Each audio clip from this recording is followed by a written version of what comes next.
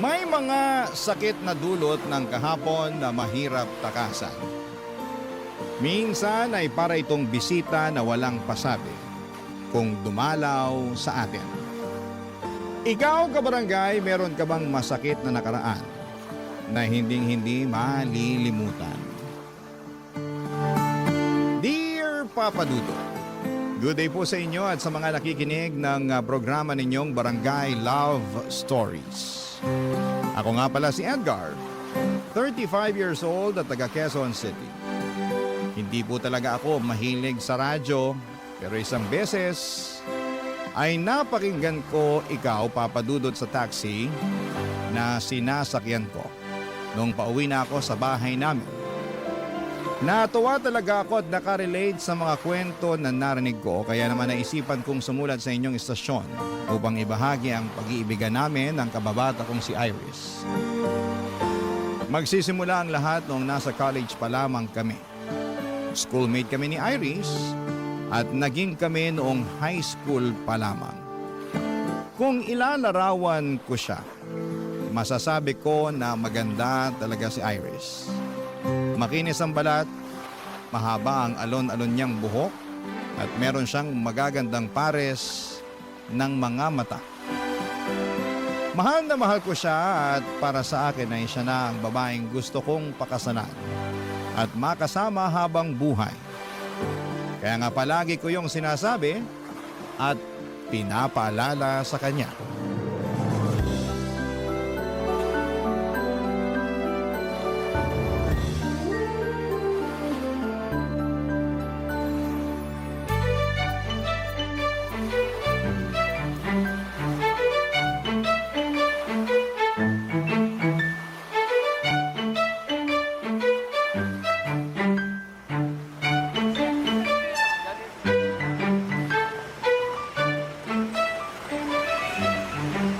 Nagustuhan mo ba yung fishball sauce nila Manong dito?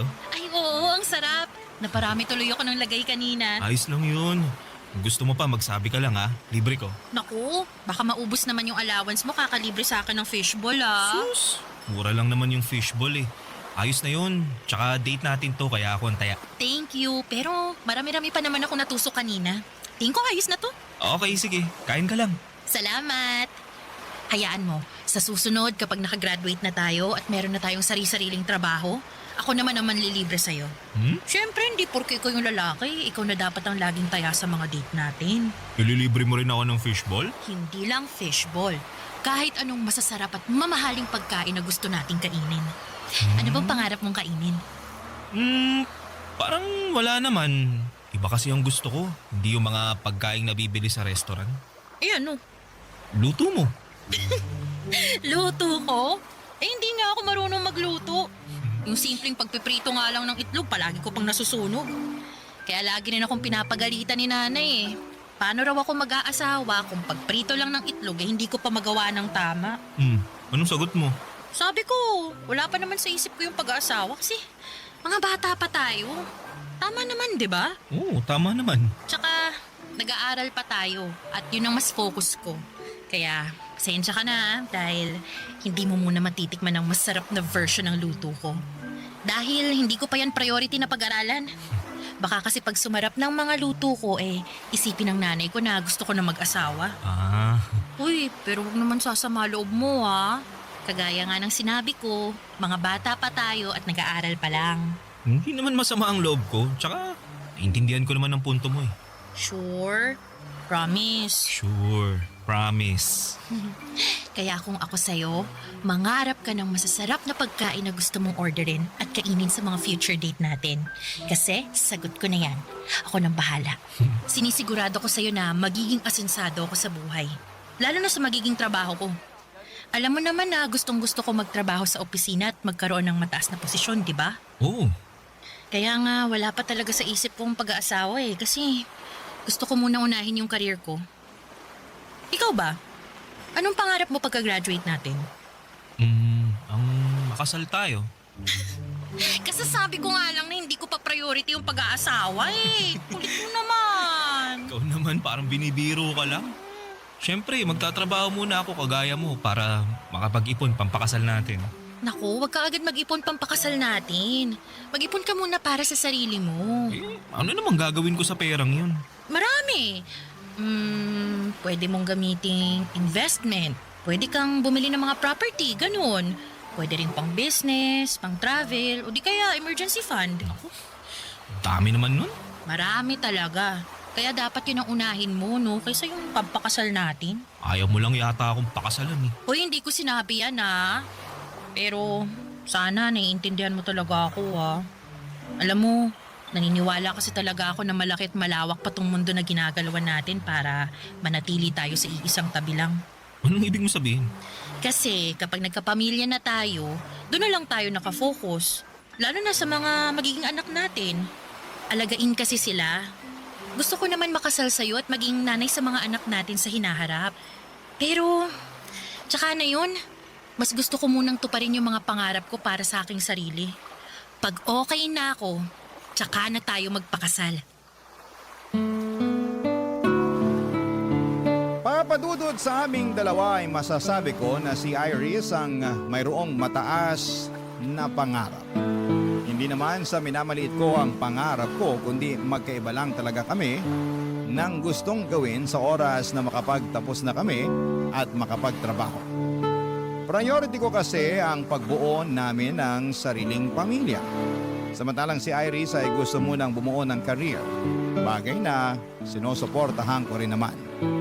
Hindi nga nagtagal ay natupad na nga ang isa sa mga pangarap namin ni Iris nang makapagtapos kami sa kolehiyo. At makalipas lamang ang isang linggo ay nabalitaan ko na may job interview na si Iris mula sa kumpanya na matagal na pala niyang inaplayan. Samantalang ako ay gusto munang magpahinga dahil nakakapagod mag-aral ng ilang taon. Noong natanggap ni Iris ang trabaho ay saka naman ako nag-apply ng mapapasukan. Hindi nagtagal, pareho na kaming may sariling trabaho at makaraan ng 2 taon ay nag-decide na kaming mag-live-in, Papa Dudut.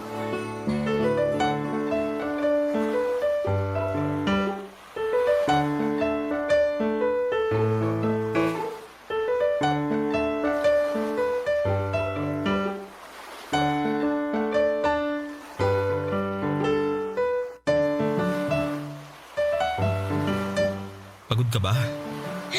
Sakto lang. Nangalay lang tong binti ko kakatayo kanina dun sa sakayan nung nag-aabang na tayo para makauwi. Grabe! Ang tagal natin nakasakay. Muntik pa tayong abutan ng ulan. Oo nga eh. Buti na lang nakauwi na tayo, no? Buti pa, masayihin ko na lang muna yung binti mo habang nakaupo tayo rito sa sofa. Ay, sure ka? Hindi ka ba pagod? Di naman, konti lang. Tsaka pagdating sa'yo, hindi ako mapapagod. Naku, ang corny. Oh, ayan. Ayusin mo pagmasahe, ha? Oo naman. Siguradong mawawala yung pamamanhid nito. Sana nga. Grabe, no? Anong grabe? Ang saya-saya ni Laika at Gion dun sa kasal nila kanina. Kala mo naman hindi ka muntik maghiwalay dahil kailangan pumunta ni Dion sa Australia para magtrabaho. Kilala naman natin si Laika na hindi talaga kayang LDR, di ba? Pero nakaya pa rin naman niya dahil sobrang faithful din kasi ni Dion. Never din niyang pinaramdam kay Laika na malayo sila sa isa't isa. Piruin mo, araw-araw tumatawag at nagve-video call. Ganun naman talaga mga taong nagmamahalan. Walang distansya ang makakahadlang. Kaya nga bilib din ako sa relasyon nila kasi nagawa pa rin nilang harapin yung mga takot at agam-agam nila sa mga sarili nila para sa future nila. Yang si Dion, ayaw niyan sana magtrabaho sa ibang bansa kasi nga raw iba yung kultura doon kaysa rito sa Pilipinas. Tsaka kakagraduate lang natin noon, aalis agad siya. Si Laika naman, ayaw sa LDR pero sumugal pa rin sila. Sabi sa akin ni Laika pareho raw nilang pinag-ipunan ni Dion yung ginastos sa kasal nila. Pero mas malaki pa rin daw doon yung parte ni Dion. Tapos meron din daw silang kanya-kanyang savings at meron din para sa magiging anak nila. Galing, no? Nakakatuwa sila. Oo nga, nakakatuwa nga. Tayo kaya, no? Anong tayo? Kailan kaya tayo... Ikakasal? Sira? Hindi. Magkaka-baby. Gusto mo ngayon na, unahan na natin yung dalawa. Hoy, ayoko pa. Pero ka naman sa pagtutol. Sorry naman. Pero seryoso ba yun? Na ayaw mo pang magka-baby tayo? Oo, seryoso. Pero hindi naman na tayo mga bata eh. Tsaka nakatira na tayo sa isang bubong na parang mag-asawa. Parang pa lang, pero hindi pa tayo kasal. O edi, will you marry me? Sira, ikaw talaga, no? Anong ako? Seryoso ko rito, nagpo-propose ako sa'yo. Talaga? Eh bakit walang sing-sing? Anong wala? Meron, teka. Kukunin ko ah. Uy, sandali! Uy, joke lang! Joke lang kasi! Anong joke lang? Alam ko naman na may sing-sing ka na dyan kasi... Kasi nakita ko nung nakaraang araw nung nag-aayos ako ng kwarto natin. Hala, nakita mo? Ibig sabihin, sorpresa yun. Ayos lang naman, pero... Pero hindi pa rin naman ako handang magpakasal sa'yo eh. Kaya, okay lang din na na wag ka muna mag-propose. Ane pa. Di pa nga ako nagpo-propose, rejected na ako agad. Hindi naman sa ganun, pero... Pero sana naiintindihan mo, Edgar. Naiintindihan ko naman na hindi ka pa handa na magkapamilya tayo. Tsaka, yung singsing na yun, andun lang naman yun. Di yun mawawala. Nakatabi lang yun kung kailan ka na handa. Thanks, Edgar. Tsaka, salamat din sa pagmasahe ng binti ko ah. Medyo nawala na nga yung ngalay. Wala nga naman. Buti pa, maliligo na ako para makatulog na tayo. Okay, sige. Lock mo yung banyo. Baka pasukin kita. Sira ka talaga.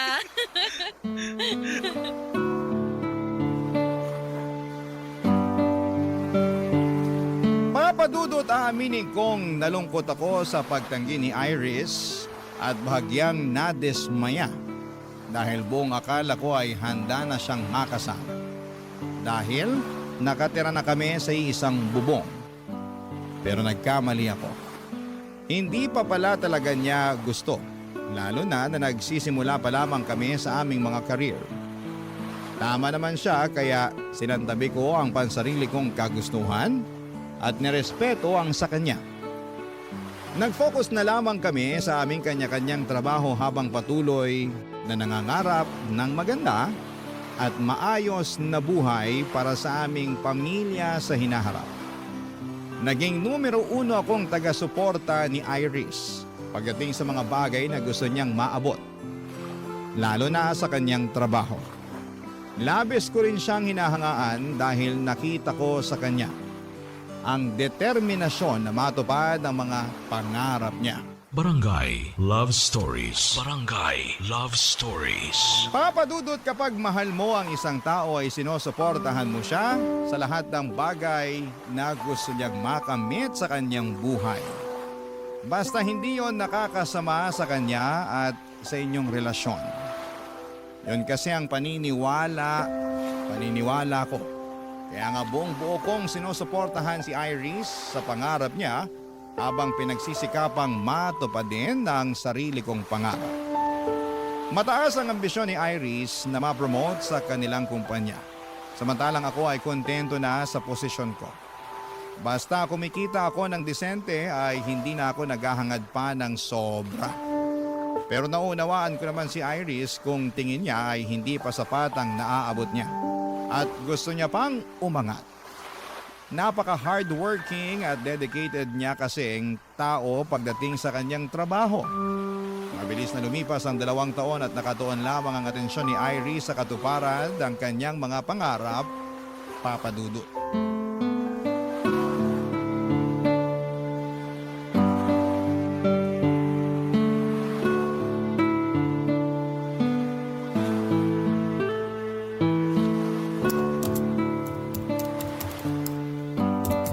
Babe, kanina ka pa dyan sa harap ng laptop mo ah. Hanggang dito ba naman sa bahay, nagtatrabaho ka pa rin? Grabe ka naman sa kanina pa. Mga 30 minutes pa lang naman ako nagtatrabaho ah. Tsaka, kailangan ko na kasing gawin to eh. Dahil baka matambakan ako pag sa opisina ko pa to ginawa. Eh wala ngang alam yung boss ko kundi magparash ng trabaho kahit nga hindi pa nakakasayad yung puwet ko sa upuan. Gaano pa ba katagal yan bago matapos? Di ko alam. Ano ba yan? Anong ano ba yan? Ano ba to? Trabaho ko nga. Alam ko, nakikita ko. Pero gusto ko lang naman napansinin mo ko dahil malapit na ako magselos dyan sa trabaho mo eh. Ano ka? Bata para magselo sa trabaho ko? Babe naman eh. Yung kasi ang pinapalabas mo eh. May paselos-selos ka pang nalalaman eh, may trabaho ka rin naman. Meron nga pero ginagawa ko lang sa opisina at hindi ko inuuwi dito sa bahay natin. So, anong pinapalabas mo? Masama na kahit hanggang dito sa bahay nagtatrabaho ako? Hindi sa ganun babe. Pero ang akin lang sana magkaroon naman tayo ng quality time. Yun bang tayo lang at wala kang trabahong ginagawa? Anong tayo lang? Eh magkasama naman tayo sa bahay ah. Hindi pa ba sapat yun? Iba naman yun eh. Paanong iba? Sige nga, ipaintindi mo sa akin kasi nabobo ko bigla eh. Babe naman eh. Huwag mo akong mababe-babe ha. Pinaglaanan kita ng ilang minuto para ipaliwanag kung anong ibig mong sabihin dyan kahit na busy ako rito sa trabaho ko. Yan na nga ang point ko. Palagi kang busy sa trabaho mo na ultimo rito sa bahay, nagtatrabaho ka pa rin kaya napapabayaan mo na ako. Paano kita napapabayaan eh hindi ka naman toddler para intindihin ko, di ba? Ano, batang paslit ka ba? Sabihin mo para ipagtimpla kita ng gatas at maipagheli kita nang makatulog ka na dyan. Iris naman eh. Akala mo yata nakikipagbiruan ako sa'yo eh, no? Itong mukhang to, tingnan mo, mukha ba ako nakikipagbiroan? Seryoso ako, Edgar. Alam mo, inistorbo mo na nga ako rito sa ginagawa ko. Sinira mo pa yung mood ko. Dapat chill lang ako lalo na't nasa bahay ako eh. Kasi wala yung maiingay kong kaopisina na puro chismisan lang ang alam. Pero heto ka, pinasasama ang loob ko dahil sa tantrums mo. Hindi ako nagtatantrums ha. Anong hindi? E anong tawag mo dyan sa ginagawa mo? Humihingi lang ako ng oras sa'yo. Pwes, busy ako. Sorry, kaya wala akong mabibigay na oras sa'yo. Kita mo nagkukumuhog na akong matapos tong ginagawa ko, oh. Tapos ini-stress mo pa ako? O di yan, imbis na tatapos ko to agad, wala na. Bumagal ako lalo na kasi inistorbo mo. Sobra ka naman sa inistorbo. Bakit? Totoo naman ah. Naglalambing lang naman yung tao. Huwag mo muna akong lambingin ah, kasi wala nga ako sa mood. Buti pa, lumayo-layo ka muna. Nakakapikon ka na. Nakakasira ka ng momentum eh. Wala ka bang ibang gagawin? Gumawa ka kaya ng kahit ano, huwag mo lang ako istorbohin. Kaya mood, alis na! Alis! Oo na. Pagtaboy naman to. Ano tingin mo sa akin, aso? Bahala ka na mag-analyze, basta ako busy dito. Tsaka huwag ka munang bumalik sa kwarto ha. Ayoko sabi ng istorbo. Papadudot na uwi nga sa pagtatalo at tampuhan ng simple kong paglalambing kay Iris. Aminin kong nasaktan ako ng gusto dahil hindi naman mabigat na bagay ang hinihiling ko. Nami-miss ko lang talaga siya at gusto kong magkaroon kami ng oras sa isa't isa na walang trabahong namamagitan. Pero pinanindigan ni Iris na mas importante ang trabaho niya kesa sa akin. Ilang araw din kaming hindi nagkibuan hanggang sa hindi na ako nakatiis. At ako na ang nag-sorry. Naging okay din naman na muli kami at tulad nung dati ay inunawa at sinuportahan ko na lamang siya. Hanggang sa nagbunga ang pagsisikap ni Iris nang ma-promote siya sa pinaka-aasam-asam niyang posisyon. Kaya naman labis ang saya naming dalawa. Kaya lang papadudot ay doon pa lamang pala magsisimula ang pinakamalaking pagsubok sa aming relasyon.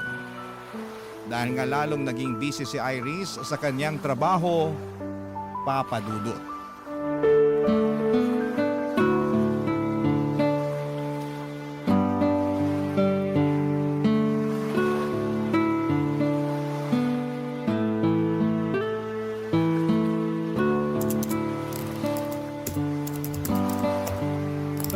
Babe, bakit nakatuto ka na naman sa laptop mo? Nag-email kasi tong boss ko. May pinapagawa siya na kailangan ko raw maipasa ngayong araw. Kaya gagawin ko muna. Mamadali kasi yun lagi. Di ba pwedeng mamaya na lang yan? Mauhuli na tayo sa lakad natin eh. Hindi ka ba nakikinig? Nagmamadali lagi yung boss ko. Gusto niya may balik sa kanya kagad kung ano man yung pinapagawa niya. Sobra namang demanding yan, rest day naman natin. Oo, pero ganun talaga. Sandali lang ba talaga yan? Tingin ko hindi kasi dami pala niyang email. Oy, naku. Huwag mo sabihin na gagawin mo lahat yan ngayon. As usual, trabaho ko to eh. Tsaka, kailangan magpag-good shot ako sa boss ko lalo na't kakapromote ko pa lang. Di mo naman kailangan gawin yan eh.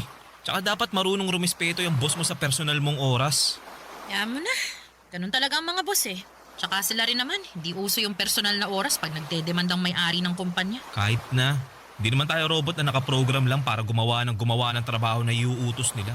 Tao tayo, no? Yung ka na naman eh. Ako na naman. Hindi mo na naman naiintindihan yung trabaho ko. Palibasa, hindi mo maranasang maging busy sa buhay mo. Di naman yata tama na ikumpara mo yung trabaho ko sa trabaho mo. Hindi ko naman kinukumpara. Sinasabi ko lang kasi mukhang hindi naman tayo nagkakaintindihan eh.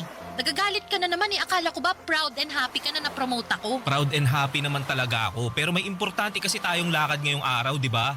Papunta na nga sana tayo kung di lang nag-email sa'yo yung boss mo eh. Tingin ko, di na ako makakasama sa lakad natin. Ano ka mo? Paano na lang yung birthday party ni Mama? Tuloy pa rin naman yung kahit wala ako dun, di ba? Oo nga, pero hahanapin ka nila sa akin, Iris. Hintay lang ka na lang. Sabihin mo, busy o may emergency. Bala ka na. Basta, di na ako makakasama. Sus, anak naman ng toko. Kung ako sa'yo, lalakad na ako dahil baka magtaka yung mama mo kasi wala ka pa dun. Paano ako lalakad hindi nga kita kasama? Mapapatawad naman siguro ko ng mama mo kung hindi ako umattend ng birthday party niya, di ba? Pero yung boss ko, hindi. Kaya kailangan ko na talaga tong gawin. Sana maintindihan mo. Ako na lang ba palaging iintindi sa'yo? Gusto mo na lang ba palagi yung boss mo ang masusunod? Paano naman ako at yung gusto ko? Edgar, please. Huwag mo naman akong stressin, no. Dami-dami ko pang gagawin. Nakikita mo ba tong sangkatutak na email sa akin? Di ko nakasalanan yan. Ginusto mo naman yan eh. Tsaka bahala ka ma-stress dyan. Buti pa alis na ako. Kung ayaw mo sumama, diwag. Bahala ka sa buhay mo. Gawin mo na lang yung trabaho mo. Total, mas mahalaga naman yan sa'yo at mas mahal mo pa nga yata yan kaysa sa akin. Edgar naman eh. Huwag mo naman akong kontrolin. Pinagsasasabi mo. Di kita kinokontrol, no? Gusto mo na unahin ko yung ibang bagay kaysa sa trabaho ko na hindi hamak na mas importante. Paano hindi pagkontrol yung kung yung gusto mo masusunod? Kinukonsensya mo pa ako eh. Mukha namang wala kang konsensya eh. Kaya bahala ka na dyan, alis na ako. Edgar! Diyan ka na. Papa Dudut, hindi totoo na gusto kong kontrolin ang buhay ni Iris. Kaya naman naggalit ako nang sabihin niya sa akin ang bagay na yon. Sa katunayan ay mas kinokontrol pa nga siya ng trabaho niya. Kaya naman apektado ang aming relasyon. Pero hindi yon nakikita ni Iris dahil mas galit siya sa akin at para sa kanya ay sarili lamang ang iniisip ko. Pero hindi yun totoo dahil sinusuportahan ko siya at patuloy na sinusuportahan pa rin sa mga bagay na gusto niyang makamit, lalo na sa trabaho niya. Kaya bago pa kami mauwi sa matinding away ay nagdesisyon na akong umalis mag-isa. Samantalang si Iris ay nagpaiwan sa bahay para gawin ang mga trabaho niya.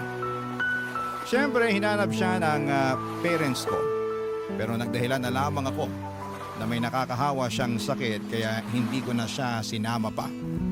Naniwala naman sila pero pinayuhan nila akong umuwi ng maaga upang may makasama sa bahay ang aking nobya, Papa Dudut.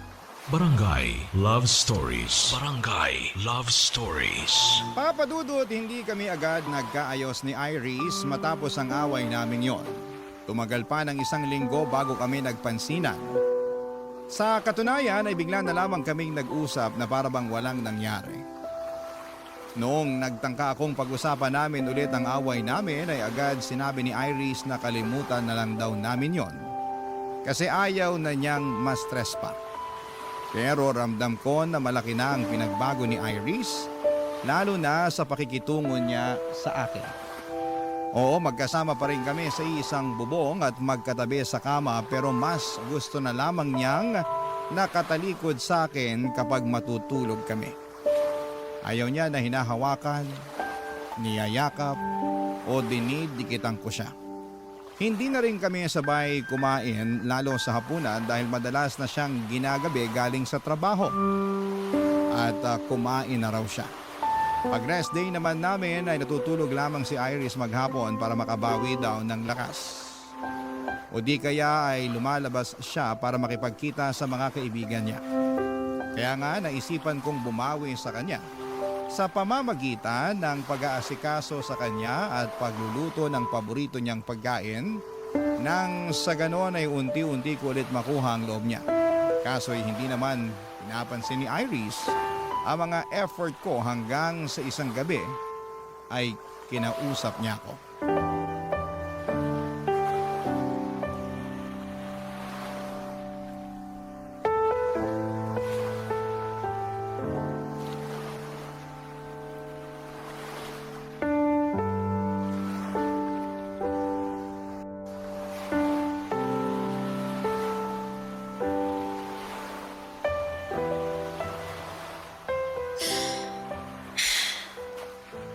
Pwede bang mag-usap tayo? Nag-uusap na tayo ah. Ano pa bang klaseng pag-uusap yung gusto mo? Seryoso ako ah. Huwag mo kong pinipiloso po. Pagod ako galing sa trabaho mo nang dagdagan. Please lang. Kasalanan ko na naman. Ikaw lang naman yung nagpapakapagod sa trabaho mo na akala mo pamamanahan ka sa kumpanya nyo. Kaya ganyan ka umasta. Anong sabi mo?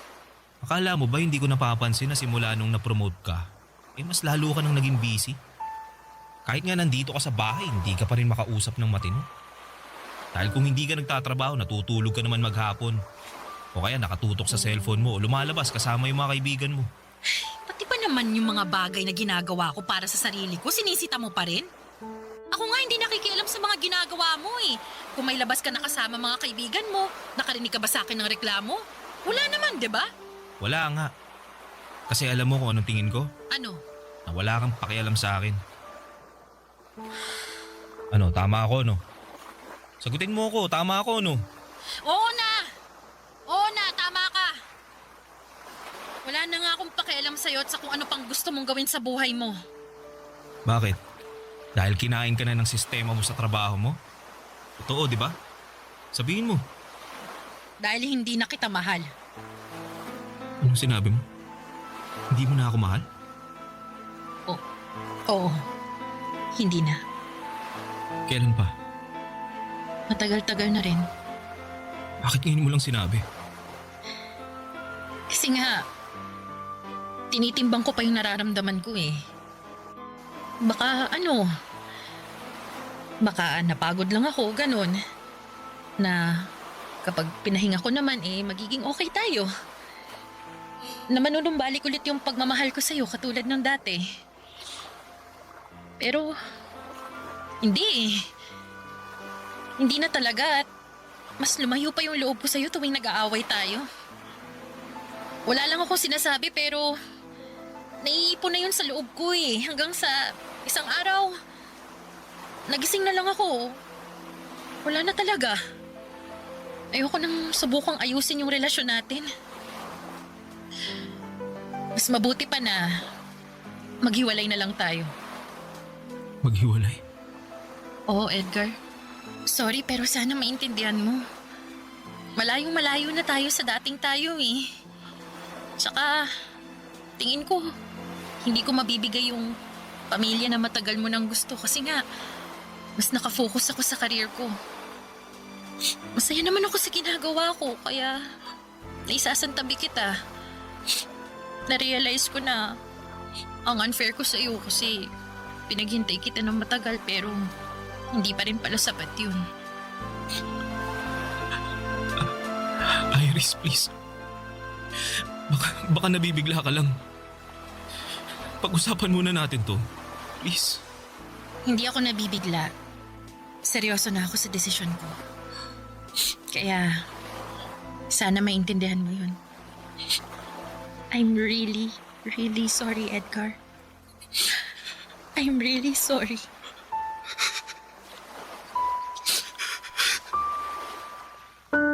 Papadudot masakit pa rin pala kahit na inaasahan ko na mangyayari ang bagay na yon. Hindi ko napigilang umiyak dahil para bang pinipiga ang puso ko sa tindi ng sakit. Nagmakaawa pa nga ako kay Iris pero ramdam ko talaga na ayaw na niyang ayusin ang aming relasyon. Kaya naman nagpaubaya na lamang ako. Siguro'y nagbago na lang talaga ang priority niya at hindi na ako doon kasama. Kaya nga kahit na malungkot ay kailangan ko yung tanggapin. Umalis na rin si Iris sa nirerentahan naming apartment at nakiusap siya na huwag ko na siyang kukulitin pa. Sa abot ng makakaya ko ay nirespeto ko ang kahuli-hulihan niyang hiling at nag-focus na lamang sa pag-move on. Papadudot, makalipas ang 9 na taon. Nito namang 2025 ay nadya ng kapalaran na magkita ulit kami ni Iris sa kasal ng common friend namin. At masasabi ko na kahit matagal na panahon na nang huli ko siyang nakita, ay hindi pa rin nagbabago ang itsura niya. Maganda pa rin siya katulad nung Iris na dati kong minahal, Papadudot.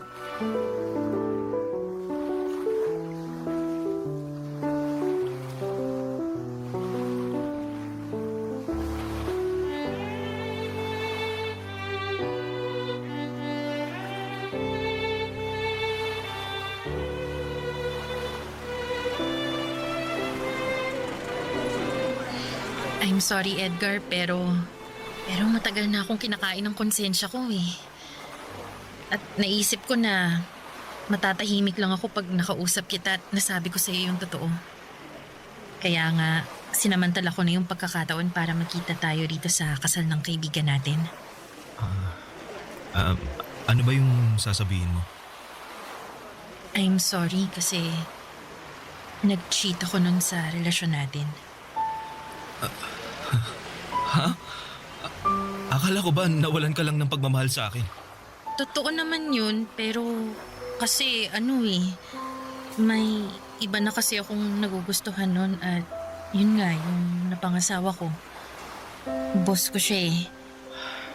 Simula nung napromote ako nun sa trabaho palagi na kaming magkasama. Mas madalas pa nga kaming magkasama kaysa sa atin kahit nakatira tayo sa iisang bubong. Tapos, ayun, hindi ko na napigilang mahulog sa kanya kasi mabait naman pala siya. Alaga, maaalalahanin. Bakit? Ganun din naman ako, di ba? Oo, pero malaki pa rin ang kaibahan niyo dahil mas mataas yung pangarap ng boss ko. Hindi kagaya mo na kontento lang sa kung anong meron ka. Linawin ko lang hindi naman masama yung gusto mo Oo, pero hindi tayo pareho ng gusto. Kaya mas nagustuhan mo yung tao na katulad mo. Ganun na nga. Kaya nga humihingi ako ng tawad sa'yo. Matagal na panahon na rin naman ang lumipas. Hindi na natin maibabalik yung nakaraan. Siguro, meron din talaga akong pagkukulang. Kasi masyado akong nakampante sa mga gusto ko. Di naman sa ganun kasi sinuportahan mo naman ako Hinintay mo pa nga na maging handa ako pero ako lang talaga yung may problema. Hindi ako naging handa sa'yo pero sa iba naging handa ako. Kagaya nga ng sinabi ko nakaraan na yun. Ang mahalaga yung ngayon. Hindi naman ako galit sa'yo. Nagtatampo, oo. Pero hindi naman kita matitiis Salamat kung ganun. Tsaka marami ka rin namang itinuro sa akin na natutuhan ko sa buhay nung nagkahiwalay tayo. Doon ko sinimulang punan yung mga bagay na wala sa akin. Mas inayos ko yung sarili ko. Mas nag-focus ako sa career ko kasi naisip ko na kung magkikita tayo isang araw at nalaman mong hindi pa rin ako successful, baka ismaya ka sa akin. Ikaw talaga? Di mo naman kailangan gawin ang bagay na yan dahil sa akin. Gawin mo yan para sa sarili mo. Ginawa ko na nga. Pero tama ka na hindi ko na dapat isipin na para sa'yo yun dahil matagal naman na tayong tapos Oo. Pero ano ba yung sinabi mo kanina tungkol sa asawa mo kaya hindi ka okay? Bakit? May nangyari ba? Meron. Kamamatay lang kasi niya nitong January dahil sa cancer. Kaya nga nasabi ko na medyo hindi pa ako okay. Ganun ba? I'm sorry at condolence. Ikaw, kumusta ka na? Single ka pa rin ba o may sarili ka ng pamilya? Meron na. May asawa na ako at 2 anak.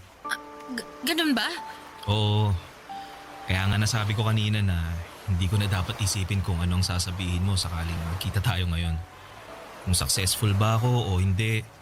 Kasi mas dapat kong isipin kung ano ang sasabihin ng pamilya ko. Lalo na ng mga anak ko. Kaya dapat maging successful ako para sa kanila.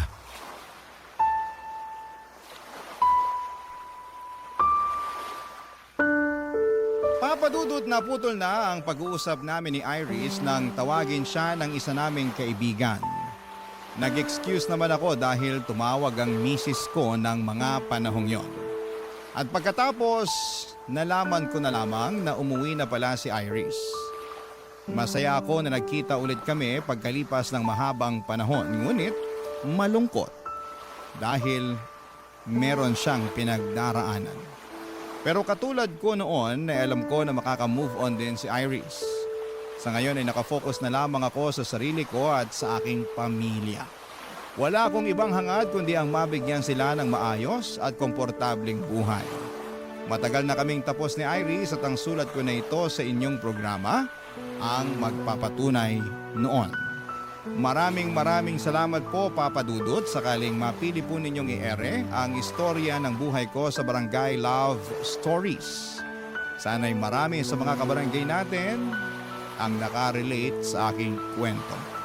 Lalo na yung mga kapwa ko dyan na iniwan sa ere. Huwag kayong mawala ng pag-asa dahil makakausa din kayo. Ang inyong forever, kapuso, at kabarangay, Edgar. Kwentuhan naman tayo dito sa comment section. Ang mga kwento ng pag-ibig, kwento ng buhay, at kwento ng pag-asa dito sa Barangay Love Stories.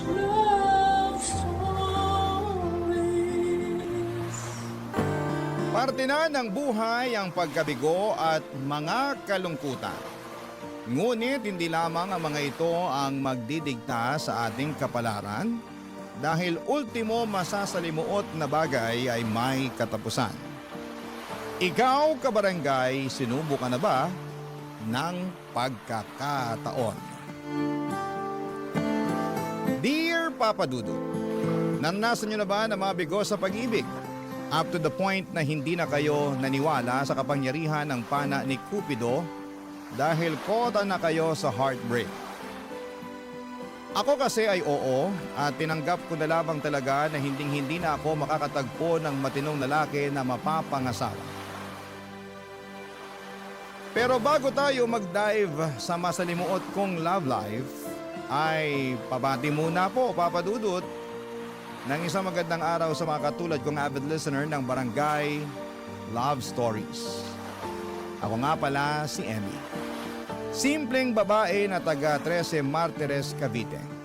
Kaka 36 ko lamang this year at kasama ko sa munti naming tindahan ang maganda kong Mamas Celia na fan ni Papa Dudut.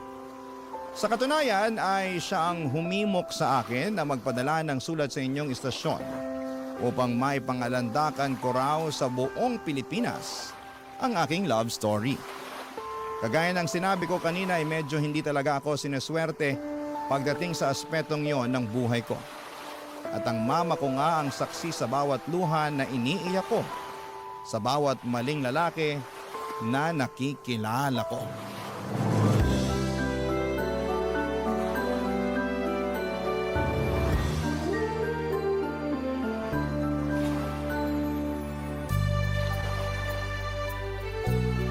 Grabe, Chiki! Ang galing mo talaga mag-organize ng surprise birthday party. Hindi naman masyado. Pero sa tingin mo, nagustuhan ni Olan yung ginawa kong party para sa kanya? Oo naman. Halos maluha-luha na nga si Olan kanina nung hipa niya yung kandila sa cake na hawak mo, diba? Ang dami kasi naming mga kaibigan at pamilya.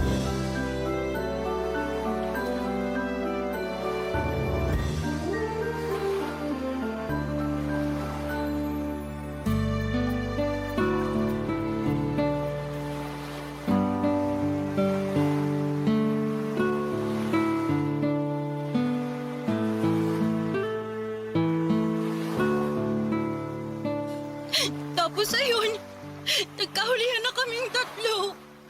Oh, ano nangyari? Siyempre nagalit ako. Gustong-gusto ko siyang sampalin.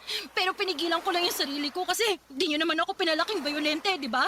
Oo, pero pag agrabyado ka na, dapat lumaban ka pa rin. Naku, kung ako yan, hindi lang sampal ang aabutin sa akin ng tukmol na yon. Baka pag pirapirasuhin ko pa sila ng babae niya. Naisip ko nga rin yan pero emosyonal na talaga ako nung time na yun, ma. At saka, imbis na gawin sa kanila yun, di iniyak ko na lang. Pero nagawa ko pa rin naman siyang papiliin kung ako ba o yung babae niya. Kaso, yung babae niya yung pinili niya. Tahan na, anak. Baka pag may pumasok na customer, mapagkamalan kang inaabuso dyan. Akala ko ba naka-close yung signage ko sa lunch break? Ay, oo nga pala. Ay, oo siya, sige na. Umiyak ka lang dyan. Ilabas mo lang lahat-lahat ng hinanakit mo kaysa naman maipon pa't bumigat ang dibdib mo. O, nandito lang ang mama mo. Kakampi mo ako. Salamat, ma. Pero ang sakit-sakit lang talaga eh. Akala ko kasi siya na, pero hindi pa rin pala. Akala ko iba siya sa 3 kong ex na niloko lang din ako. Pero mas masawal pa pala siya. Sobrang sakit ng ginawa niya sa akin, ma. Durog na durog ang puso ko. Hindi lang naman ikaw ang tininaydor ng tukmol na yon. Ako rin na nanay mo. Kasi naniwala ako at nagtiwala sa intensyon niya at pagmamahal sa'yo. Tapos kamukat-mukat sasakan ka lang pala niya ng gusto. Aba, iharap mo sa akin yung lalaking yan para makita niya hinahanap niya. Pati mata niya, lalatayan ko. Wag na, ma. Ayoko na nga siya makita Kahit sandali lang, maiganti lang kita. Wag na po. Pabayaan na lang natin na makarma siya pati yung babae niya. Minsan mabagal ang karma, kaya dapat unahan na natin. Manaman Di ko alam na may pagka-agresibo pala kayo. Agresibo lang naman ako kapag anak ko nang inaagrabyado, no? Alam ng tatay mo yan nung nabubuhay siya. Tatahi-tahimik lang ako sa tabi pero pag pamilya ko na ang inaape, ipapasilip ko sa mga hudas na yun ang pintuan ng impyerno. Silip lang ha kasi hindi ko naman sila pwedeng patayin. Kumalma na po kayo, ma. Okay na ako. Nahimasmasan na ako kasi naiyak ko na lahat Salamat din po, ma. Kasi lagi kayong nakikinig sa drama ng buhay pag-ibig ko. Wala namang kaso yun kasi nanay mo naman ako. Pero naaawa ko sa'yo dahil lagi na lang ganyan ang nangyayari sa buhay pag-ibig mo. Mabait ka namang bata at walang inaapakang tao. Kaya bakit ba pagka malas-malas mo sa mga lalaking nakikilala mo? Ewan ko nga po kung bakit Pero baka sign na po to na tigilan ko ng pakikipagkilala at pagbo-boyfriend kasi baka hindi talaga ako para sa pag-aasawa. Ibig mong sabihin ayos na sa'yong tumandang dalaga. Wala naman po sigurong problema doon, diba? Wala nga, pero hindi ba pwedeng magpabuntis ka na lang? Kahit wala na yung asawa kasi sakit lang naman sila ng ulo mo Tsaka para lang may apo na ako, anak. Ewan ko sa inyo, ma. Kung ano-ano na lang sinasabi niyo. Biro lang. Hindi ko naman nila lahat na manlolokong mga lalaki. Meron pa rin namang mga kagaya ng tatay mo na loyal talaga sa asawa. Kaya lang dahil sa sobrang bait nung taong yun maagang kinuha sa atin ng Diyos.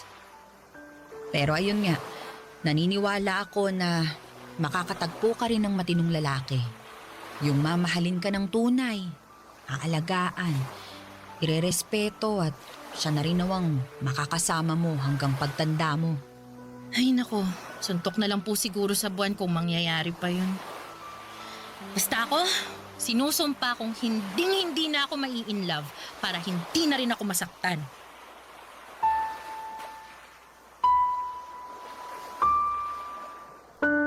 Papa Dudut, that was 2017 before pandemic. 28 years old na ako noon at kaunting split at tumbling na lamang ay malapit nang lumagpas sa kalendaryo ang aking edad. Naka-4 na boyfriend na rin naman ako simula makapagtapos ako sa kolehiyo pero lahat sila ay may common denominator. At yon ay ang pagiging unfaithful nila. Kaya nga pagkatapos ng huli kong heartbreak ay sumumpa ako sa harapan ng nanay ko with matching pa-cross my heart pa na hindi ako mai-in love. Kaya naman binuhos ko na lamang ang lahat ng panahon ko sa munti naming negosyo. Mayroon kasi kaming mini grocery at bigasan. Kami lang ng mama ko ang namamahala noon simula nang namatay ang papa ko at yun na talaga ang main source of income namin. Lalo na noong nag-resign ako sa trabaho matapos kong ma-burn out. Sa kakailangan din kasi ni mama ang aking tulong. Mabilis na lumipas ang 5 buwan. Masasabi kong okay naman ang takbo ng lahat hanggang sa may asungot na dumating sa buhay ko na ang pangalan ay Nolan.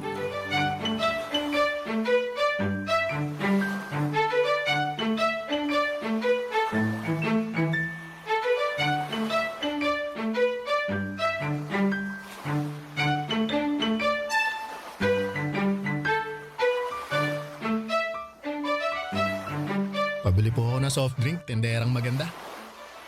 Pwede bang bumili ka na lang ng walang kasamang daldal? Dami mong sinasabi. Akin na yung soft drink mo. Ipapunch ko na. Ayan o. Ito lang ba? Oh, Sa'yo tong dalawa? Hindi, isa lang sa akin dyan kasi sa'yo talaga yung isa. Sige na, kunin mo na. Ha? Bakit binilhan mo pa ako? Gusto ko lang. Libre ko yan sa'yo, tanggapin mo na. Saka para may panulak dito sa dalawang bibingka. Eto, Para sa akin talaga to. oo. Dumaan kasi ako sa palengke kanina tapos naalala ko na paborito mo yung bibingka. Kaya bumili ako para dalhan ka. Sakto, 3:00 na ng hapon. Pang merienda mo. Ikaw talaga. Nag-abala ka pa. Tss, wala yun, ikaw naman. Saka alam mo naman na masaya ako pag nakikita kang kumakain, di ba?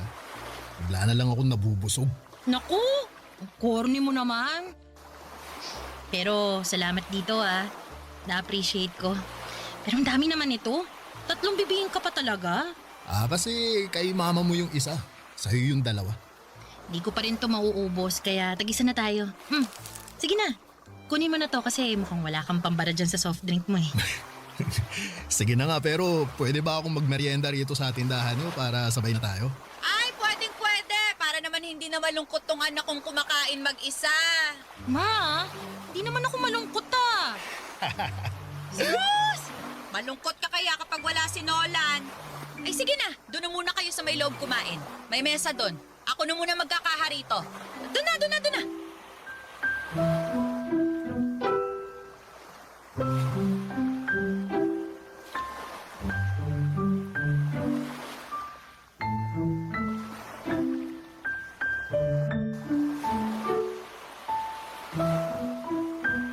Ma, kayo na mag-closing? Okay na kayo rito?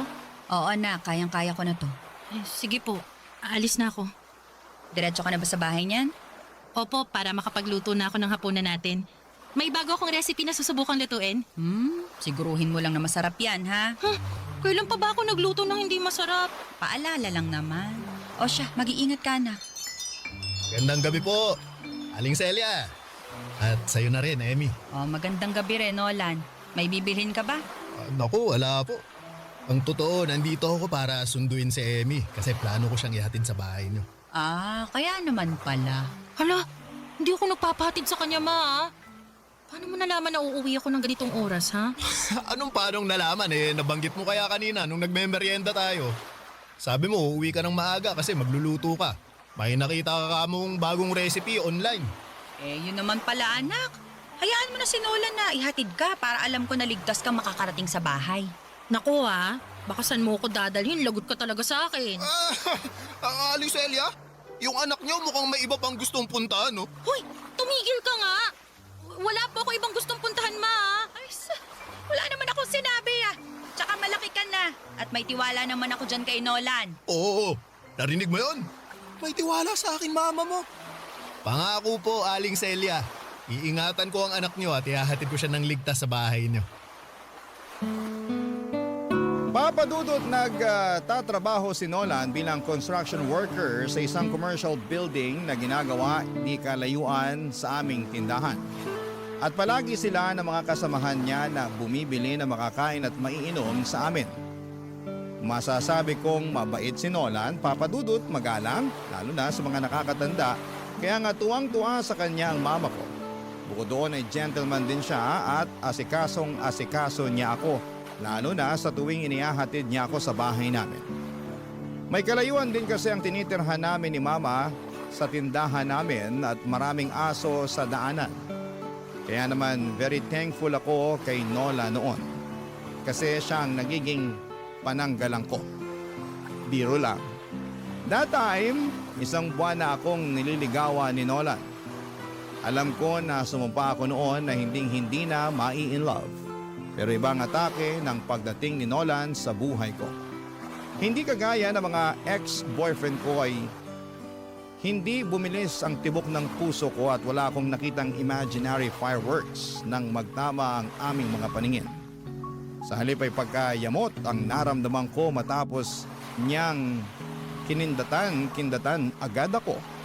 Pero nung unti-unti ko na siyang nakikilala, ay pawang kapayapaan na ng puso ko ang dala niya sa aking buhay, Papa Dudut. Barangay Love Stories. Barangay Love Stories. At dahil nga sa pagiging mag-Ginoo ni Nolan ay nagka-developan kami, Papa Dudut. Oo, nagustuhan ko rin naman siya, pero ayaw ko naman agad ibigay ang matamis kong oo sa kanya nang hindi niya pinaghihirapan yon. Ano siya, sinuswerte? Kaya nga sinabi ko na kung gusto niya akong maging kasintahan ay ligawan muna niya ako. Bagay na ginawa naman niya at ipinagpaalam na rin sa mama ko. Sa loob ng 1 buwan na panliligaw ni Nolan ay nakilala ko siya ng husto. Nalaman ko na taga Agusan del Sur ang angkan niya at doon siya pinanganak at lumaki. Pero dahil sa hirap ng buhay ay sumama siya sa kanyang tiyuhin noong lumuwas ito sa Maynila. Bago siya naging construction worker ay marami na ring trabaho ang pinasok ni Nolan, pero dahil sa kontraktual lamang siya kaya panandalian lamang ang mga ito. Sa totoo lang ay walang kaso sa akin ang pagiging construction worker niya, pero sa ibang tao ay meron, Papa Dudut.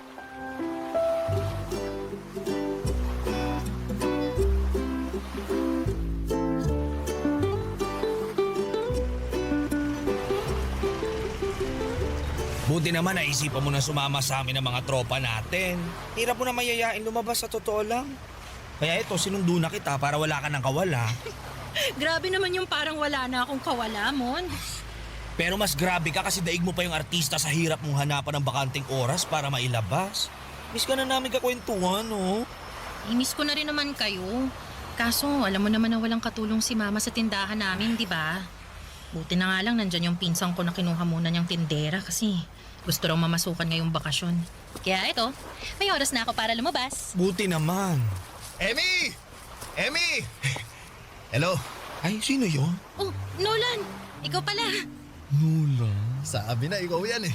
Papunta na sana ako sa tindahan nyo para makita ka pero ikaw ang nakita ko rito ngayon sa kalsada.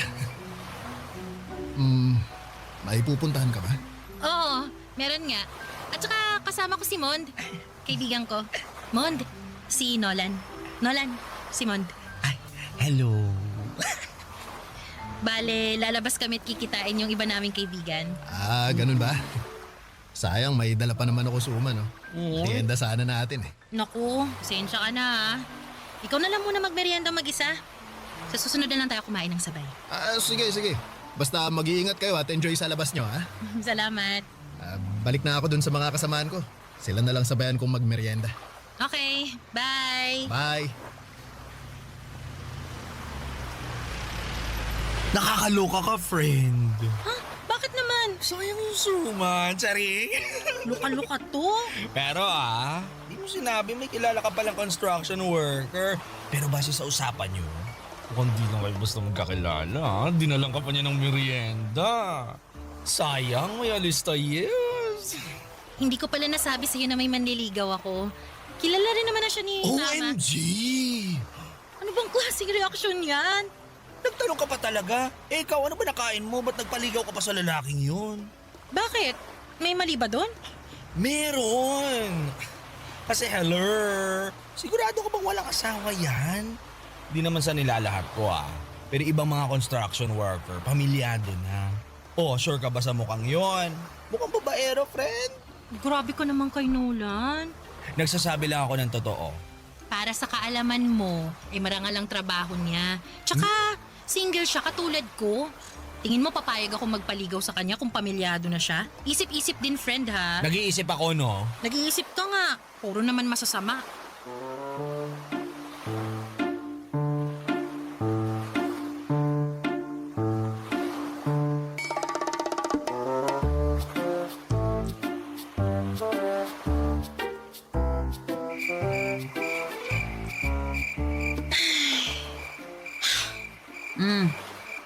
Kanino ko pa napapansin yung pagbubuntong hininga mo dyan, anak ka? May problema ba? Wala naman po, Ma. Hindi ako naniniwala na wala, kaya sabihin mo na sa akin. Makikinig ako. Salamat, Ma. The best talaga kayo. Tipong wala pa akong sinasabi, pero ramdam niyo na may pinagdadaanan ako. Eh ano pat anak kita at nanay mo ko, di ba? Ano ba kasing nangyari? May problema ba kayo ni Nolan? Wala po kaming problema ni Nolan. Ang totoo, gusto ko na nga po siyang sagutin eh. Kaya lang, nagdadalawang isip ako. Sabi kasi ng mga kaibigan ko, wala raw akong future sa kanya. Dahil ganun lang yung trabaho niya. Kesyo ano raw ba tinapos ni Nolan? Tapos pinagpipilitan pa nila na babaero daw yung mga nagko-construction. Sabay hirit na hindi naman daw nila nilalahat. Saan ka ba nagdadalawang isip? Sa sinabi nila tungkol kay Nolan? Tapos na-realize mo na tama sila? O sa pagmamahal mo dun sa tao kahit na kasasabi mo lang na gusto mo na siyang sagutin? Hindi naman po sa nagdadalawang isip ako. Katunayan, sigurado po ako na mahal ko na si Nolan. Alam ko na gusto niyo rin naman siya para sa akin kasi mabait siya, gentleman, marespeto at makikita niyo talaga na mahal niya ako. Oo nga. Kaya lang, nalulungkot lang talaga ako dahil ganun yung tingin sa kanya ng ibang tao. Lalo na ng mga kaibigan ko. Ibig mong sabihin, nag-aalinlangan ka kasi ano na nga lang ba ang sasabihin ng iba sakaling sagutin mo siya. Tama? Ganun na nga po, ma. Pero hindi naman sila ang nasa relasyon, anak. Kayong dalawa ni Nolan. At wala naman silang alam sa mga bagay na nagawa at naiparamdam sa'yo ni Nolan. Kung may alaman sila, mababaw lang. Kakaunti, kumbaga. Kasi ikaw yung lubos na nakakakilala sa kanya. Dapat talaga tinitikom na lang nila ang mga bibig nila kung wala naman silang mabuting sasabihin. Maling-mali ang manghusga lalo na kung ang basehan lamang nila itsura at estado ng isang tao.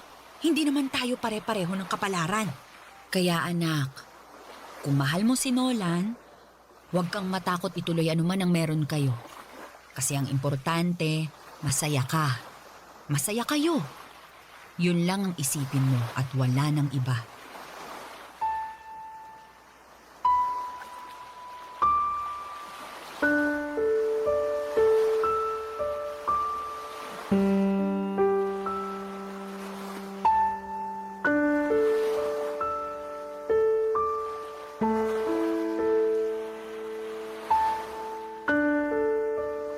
Papa Dudut, mga kabarangay, kahit kailan talaga ang nanay ko ang laging kakampi ko sa lahat ng aspeto ng aking buhay. Nariyan siya para bigyan ako ng gabay. Alam ko sa aking puso na hindi ko na lang basta nagugustuhan si Nolan dahil mahal ko na siya.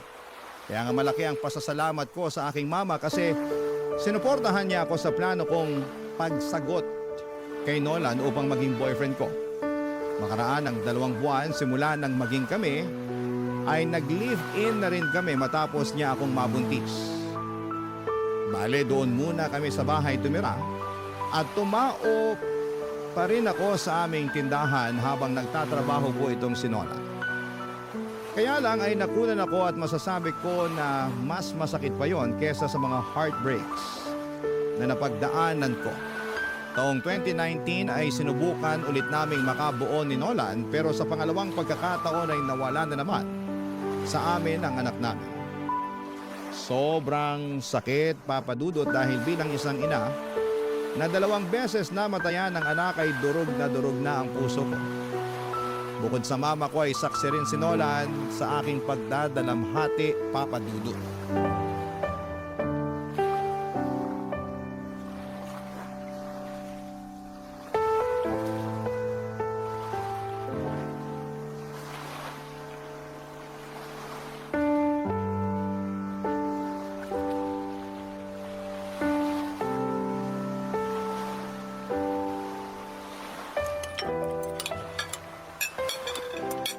Oh, bakit hindi ka kumakain, mahal? Ang sarap-sarap ng luto kong sinigang, di ba? Paborito mo yan? Oo nga, pero hindi ko malasahan eh. Nako, ay sakit ka ba? Wala. Pero wala lang din akong ganang kumain. Di nga ako gutom kaya matutulog na lang siguro ako. Uy, teka. Mamaya ka nang umalis, mahal. Bakit ba? Anong bakit ba? Kanina ka pa hindi kumakain tapos sasabihin mo hindi ka nagugutom? Totoo namang hindi pa ako nagugutom. Sa lagay marunong ka pa sa tiyan ko. Hindi naman sa nagmamarunong ako pero bakit ka ba kasi naiinis dyan? Nagtanong ka pa. Sinong hindi maiinis sa kakulitan mo? Saan ka nakakita ng pinakain kahit busog? Sige nga. Nag-aalala lang naman ako sa'yo bilang asawa mo. Pues hindi ko kailangan ng pag-aalala mo. Kaya kong sarili ko. Oh, bakit ka ba sumisigaw? Nakakainis ka kasi. Alam mo, buti pa maghiwalay na tayo. Ha? Ano bang sinasabi mo dyan? Sabi ko maghiwalay na lang tayo. Kasi wala namang saysay yung pagsasama natin dahil wala tayong anak. Di ba? 2 beses na akong nakunan. Ibig sabihin, walang kakayahan ang lintik na matres na to na magdala ng bata. Kaya lagi nalalaglag at nawawala sa atin. Kaya naisip ko na baka ayaw talaga tayong bigyan ng anak. Kaya nga hiwalayan mo na lang ako para makahanap ka ng babaeng kaya kang gawing tatay. Eh bakit ko naman gagawin yun? Eh mahal kita. Hindi ka ba nakikinig? Hindi nga kita kayang gawing tatay.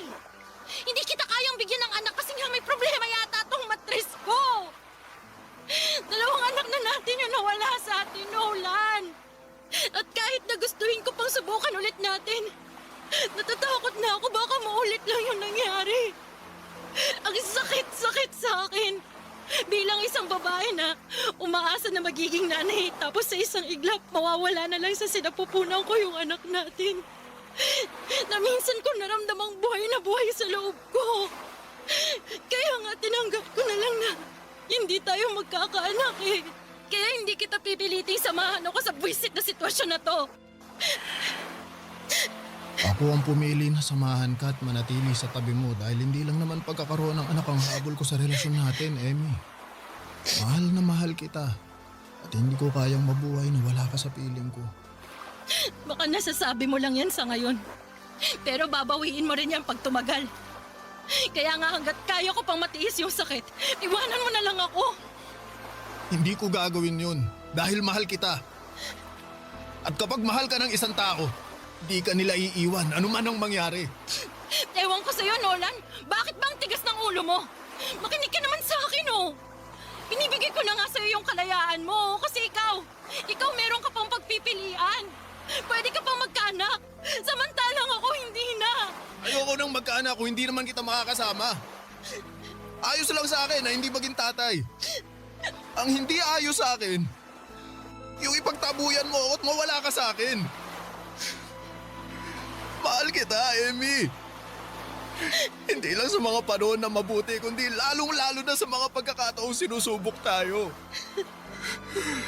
At nakahanda akong patunayan sa iyo yung pagmamahal na yun sa pamamagitan ng pananatili sa tabi mo. Kaya pakiusap, huwag mo na akong paalisin. Huwag mo na akong itaboy kasi nasasaktan ako.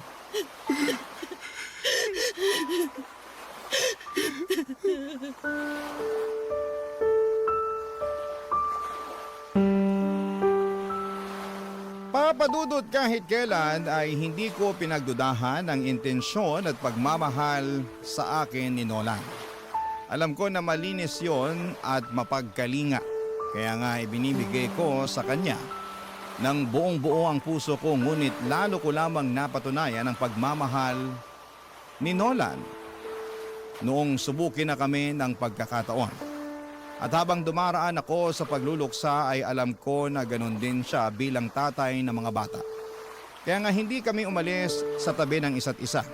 Bagkos ay kinabig namin ang aming sarili upang damayan ang bawat isa. Noong taong ding yon, makalipas lamang ang 3 buwan ay nagpakasal kami ni Nolan, Papadudot.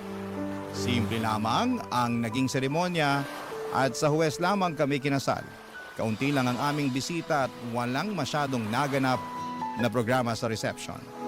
Ngunit ipinangako sa akin ni Nolan na hindi niya ako iiwanan habang buhay at pakamamahalin. Barangay Love Stories. Barangay Love Stories. Papadudot dahil nga kasal na kami ni Nolan ay pangarap na naming makapagbukod ng bahay. At kahit na ibig sabihin noon ay maiiwang mag-isa ang mama ko sa tinitirhan namin, ay muli pa rin niyang sinuportahan ang desisyon naming mag-asawa. Pero dahil wala pa kaming sariling bahay ay nagrenta muna kami ng apartment na malapit lang din sa tindahan namin na pinapasukan ko, Papadudot. Tulad ng dati ay nagpaka-busy ako sa pagtatrabaho at kinuha ko na rin yung pagkakataon upang libangin ang aking sarili. Pag-uwi ko naman sa apartment namin ay nag-asikaso ako ng hapunan namin ni Nolan. Masasabi ko na napakasipag ng mister kong yon dahil halos siya na ang kumikilos sa paggawa ng mga gawaing bahay pagkatapos namin kumain at bago matulog. Siya rin ang naglalaba ng mga damit namin tuwing day off niya at pagkatapos ay hindi siya pumapalya na ilabas ako para makapasyal naman kami. Kaya nga masaya at kontento ang puso ko kahit kaming dalawa pa lamang. Ngunit nagbago ang lahat simula noong nagka-pandemic, Papa Dudut.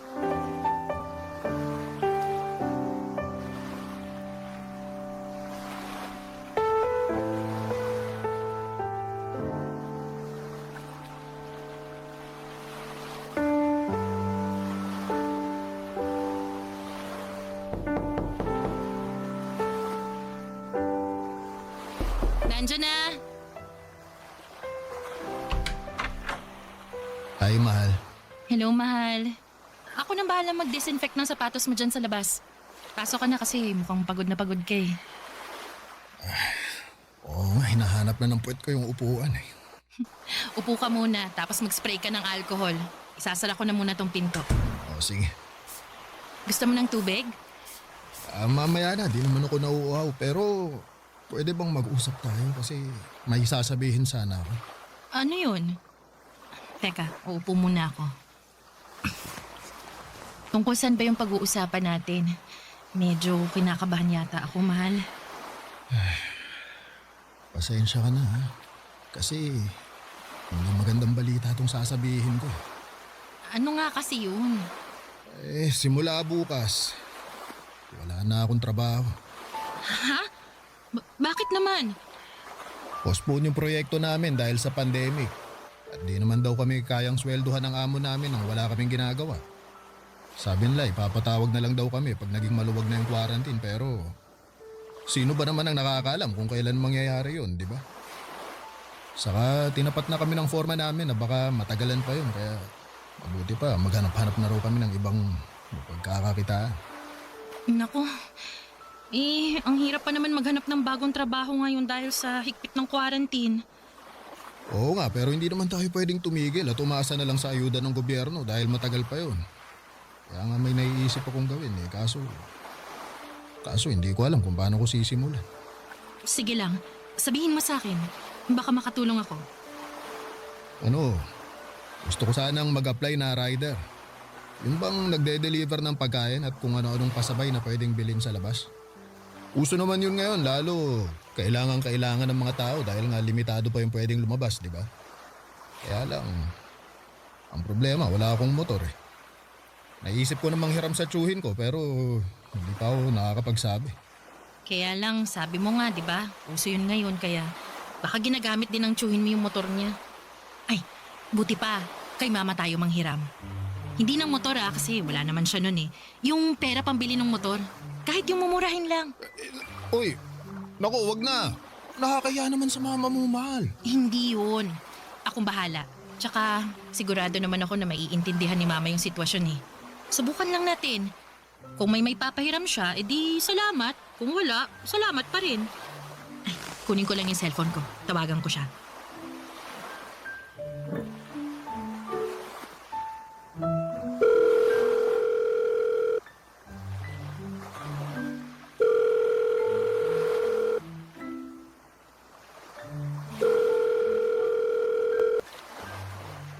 Hello, Nak. Hello ma, kumusta po kayo? Ayos naman ako dito. Kayo ba dyan? Nako, ayos lang din naman po pero may problema kasi kami. O ano yun? Nawalan po ng trabaho yung asawa ko gawa nitong pandemic. Pero plano niya sanang maging delivery rider. Kaya lang, alanganin kami kung makakahiram siya ng motor sa tiyo niya. Kasi nga, baka ginagamit din nun, di ba? Tama naman. Naisip ko, baka pwede kaming mangutang sa inyo ng pambili ng motor, ma. Babayaran din naman namin paunti-unti para lang merong magamit si Nolan. Mahal, pwede ko bang kausapin si mama? Excuse me lang po, ma. Kausap ko na siya, mahal. Sinabi ko na sa kanya yung sitwasyon. Narinig ko naman yun pero ako nang kakausap sa kanya. O sige, ito na yung cellphone ko. Salamat. Hello po, ma. Oh, hello, Nolan. Pasensya na po kayo kung kailangan naming mangutang sa inyo ni Emmy. Kung meron lang naman. Pangako, babayaran din po na namin kayo. meron naman akong naitatabi dito at payag din ako na ipahiram sa inyo. Tsaka huwag ka nang humingi ng pasensya dyan dahil hindi naman natin kontrolado ang sitwasyon. Ang mahalaga ay nagsisikap tayo at gumagawa ng paraan para mabuhay kahit na walang kasiguraduhan ng mga nangyayari.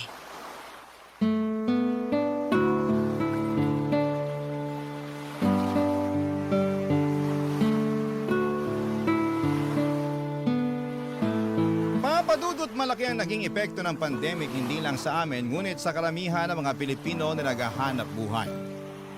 Naparalisa talaga nito ng husto ang kabuhayan natin ngunit hindi nawala ng pag-asa ang asawa ko dahil madiskarte siya.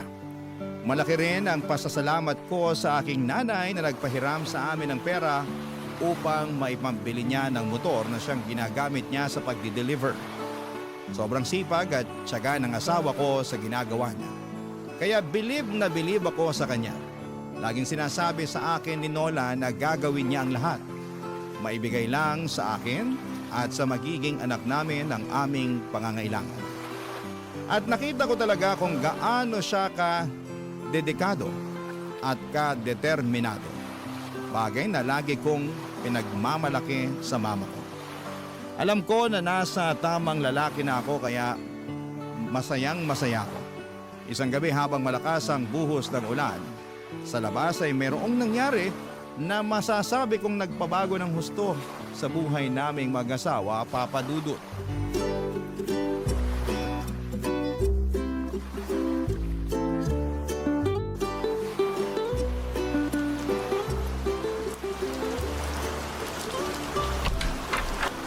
Ay naku! Basang-basa ka na sa ulan, mahal. Oo nga eh. Ang lakas, hindi kinaya ng kapote ko kaya umuwi na lang ako. Sayang tuloy yung extra na kikitain ko. Hayaan mo na muna yun kung ganyan naman kadelikado sa labas. Tsaka siguradong wala rin namang o-order dahil maaawa naman sila sa mga rider na susuong sa napakalakas na ulan na yan, no? Ay, teka. Kuha ko ng tuwalya para makapagpunas ka na.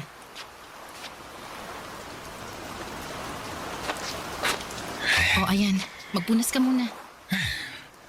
Salamat, mahal. Maligo ka na kaya? Baka magkasakit ka niyan eh. Maya-maya kaunti. Medyo giniginaw pa ako eh. Gusto mo bang lagyan ko ng mainit na tubig yung pampaligo mo para hindi ka ginawin? Pwede naman, pero ako na lang ang gagawa. Kaya ko na yan. Sus, yun lang naman. Yakang-yaka ko na yun, mahal. Oo nga, pero alam mo naman na pag nandito na ako sa bahay, dapat nagpapahinga ka na lang. Ikaw talaga, oh. Kontratuhin mo ko eh, para akong Reyna kasi halos hindi mo na ako pinagagawa ng gawaing bahay pag nandito ka. Alam ko rin kasi na kapag wala ako rito, marami kang ginagawa na gawaing bahay. Tapos nagluluto ka pa ng pagkain natin at inaasikaso mo pa ako, kaya syempre alam kong pagod ka. Pero gawain naman talaga ng mga asawang babae yun, di ba? Ang maglinis ng bahay, paglutuan ng pagkain, at asikasuhin ang asawa nilang lalaki. Oo, pero kapag kaya naman ng mga asawang lalaki, sila na ang gumawa. Hindi naman pambabae lang na gawain ang mga gawaing bahay, di ba? Kaya stay put ka lang dyan. Magpahinga ka at ako na ang mag-iinit ng tubig maya-maya. Oh, sige. Pero hindi naman ako pagod ngayon eh. Hindi ako masyadong gumawa ng gawaing bahay, mahal. O mabuti yun kasi nung isang araw naglampaso ka ng sahig at nagkuskus ng mga dumi-dumi dyan sa pader natin. Oo, kasi alam mo namang ayoko sa marumi. Kaya nga. Pero may rason talaga kung bakit hindi ako nagpapakapagod ngayon. Kahit na may mga gawaing bahay pa akong dapat gawin. O, teka, bakit? May sakit ka ba? Masama pakiramdam mo kaya hindi ka nagkikikilos? Hindi ah. O, kalmahan mo lang. Wala akong sakit, pero tama ka na masama ang pakiramdam ko simula pa kaninang umaga. Sa katunayan, pabalik-balik nga ako sa lababo kasi naduduwal ako. May nakain ka bang nagpasama sa sikmura mo? Saka hanggang ngayon ba? Masakit ba yan tiyan mo? Sabihin mo sa akin, mahal, para itatakbo na kita sa ospital agad. Kasasabi ko lang nakalmahan mo, di ba? Paano ako kakalmay ka mo? Nagsusukat, naduduwal ka. Teka ha? Anong nasa isip mo? Pwedeng mali eh, pero baka lang naman tama. Sige, ano nga yun? Buntis ka ba? Ako, sagutin mo na, mahal. Para kung hindi, itatakbo na talaga kita sa ospital. Uy, hindi mo na kailangan gawin yun kasi ayos lang naman ako. Tsaka, oo, Tama ka nga, kasi buntis ako. Magiging tatay na ako! Ang saya-saya ko! Ako rin naman, mahal. Masaya rin ako, pero hindi ko pa rin mapigilang mag-alala kasi baka maulit lang ulit yung mga nangyari dati. Natatakot ako pero mas nananaig pa rin yung kasiyahan kasi nga magkakaanak na tayo. Amy, natatakot din ako pero ipagpasa Diyos na lang natin ang lahat.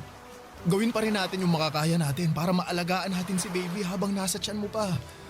Pero syempre, kagustuhan pa rin ng Diyos ang masusunod. Oo, alam ko, mahal. Basta tanggapin na lang natin ano man yung mangyari. Pero umasa pa rin tayo na sa pagkakataong to eh. Sana mabigay talaga sa atin ng Diyos yung regalo na matagal na nating hiling. Oo nga, mahal. Sana nga.